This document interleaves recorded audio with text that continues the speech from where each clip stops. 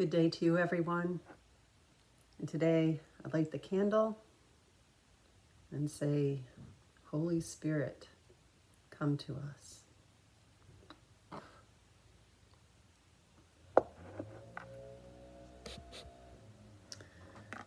And today I'd like to talk a little bit about loneliness. I'm trying to position the candle so you can see it. There, a little bit of it. Anyway, I digress. Loneliness. In these days of physical distancing, I'm becoming more aware, as I'm sure we all are, of the reality of loneliness and isolation, and more aware of the devastating impact that loneliness has on a person's sense of well-being. And more specifically, within the past few days especially, I've been thinking about our friends who are in some sort of care facility. Yeah, at first I didn't worry about them too much. I thought of them as being protected. They have their basic needs being met with food and shelter and personal hygiene. But the shadow side of it is that many of them, if not all of them, are confined to their rooms. There's no going to the dining room for dinner. There's no gathering for bingo or to hear a visiting musician and have a sing-along. For their own safety, they must stay in their room with no visitors, no family coming to see them. The only people who may enter their room are healthcare providers, and they're wearing protective gear, gloves, gowns, masks. And that's got to be confusing, especially to those who have cognitive challenges. So, this idea of isolation, loneliness. Side note, if you know people who are in that kind of situation, please call them. And if they're not able to receive phone calls, please send them a card or a letter. Just let them know you care and build them up. Help them to know they're loved. Okay, now back to loneliness. I just say all of that so that we can get in touch with the reality of isolation and loneliness that so many are experiencing these days. But with that said, I can also say that loneliness doesn't just happen during COVID-19. It happens all the time, and in sometimes the strangest places. It happens when we're physically alone, but it can also happen when we're physically in the same place as other people, but not connecting with any of them. Picture a family gathering where instead of the family members talking with one another, they're all preoccupied with their cell phones. Or the person standing by himself at a party. Everyone else is standing and talking and laughing, telling stories, dancing, but he stands alone in a crowd. These experiences of loneliness just leave us feeling empty and sad. So, now that we've talked about loneliness and kind of connected with that feeling of loneliness, stay with me as I try to turn that around and inside out. A priest named Henry Nouwen wrote on the subject of loneliness, and he proposed that neither friendship, nor love, nor marriage, nor community can take that essential, that deep loneliness away.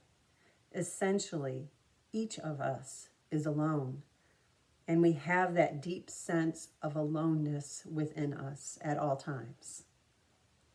And Nouwen wrote, to live a spiritual life, we must first find the courage to enter into the desert of our loneliness and to change it by gentle and persistent efforts into a garden of solitude.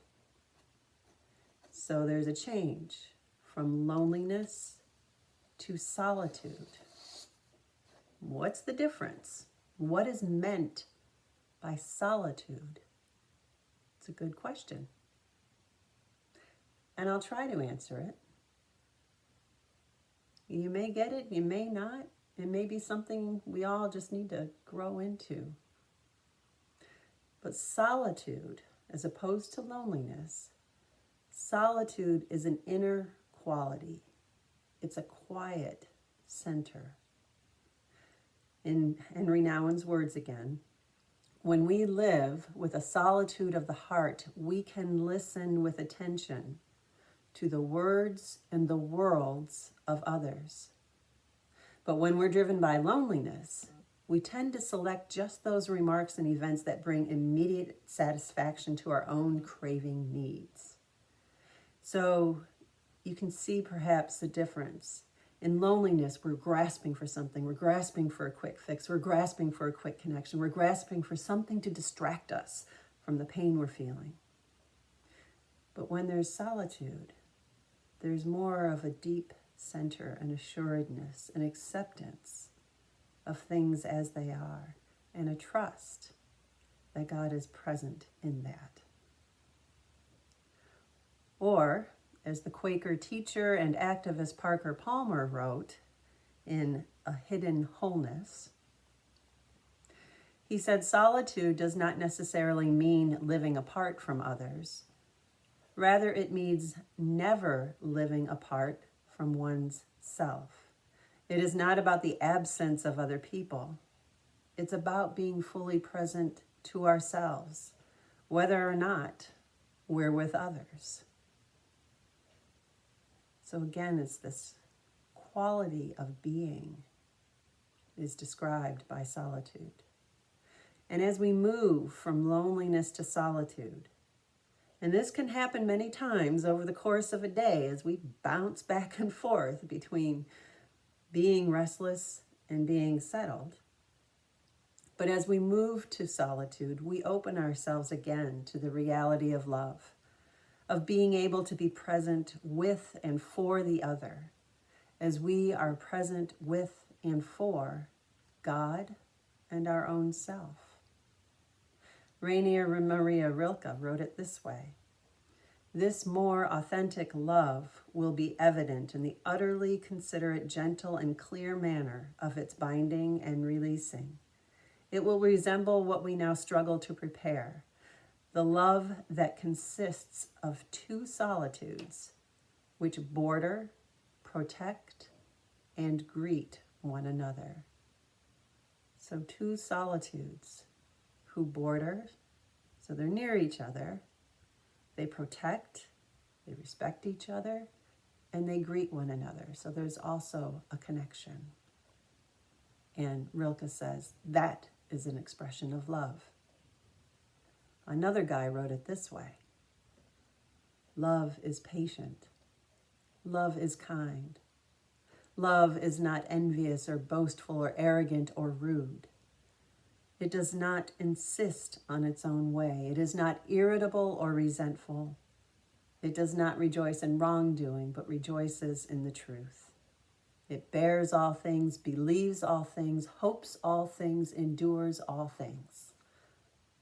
Love never ends. That's the Apostle Paul. So what is God inviting you to in this time of physical distancing? How is God inviting you into the reality of being alone? How is God seeking to transform the way you experience that aloneness? How you experience love in that aloneness? I pray that you and I can see this as an opportunity to move from loneliness to solitude, from that frantic grasping to patient acceptance. What is happening now is an occasion to change our hearts. An inexhaustible source of generosity and new life has been opened. offering hope far beyond the limits of human prediction. That's Henry Nouwen again. So friends, trusting the one who creates us, the one who loves us, the one who fans into flame the fire within us. Let us enter into our loneliness and cultivate a garden of solitude. Amen.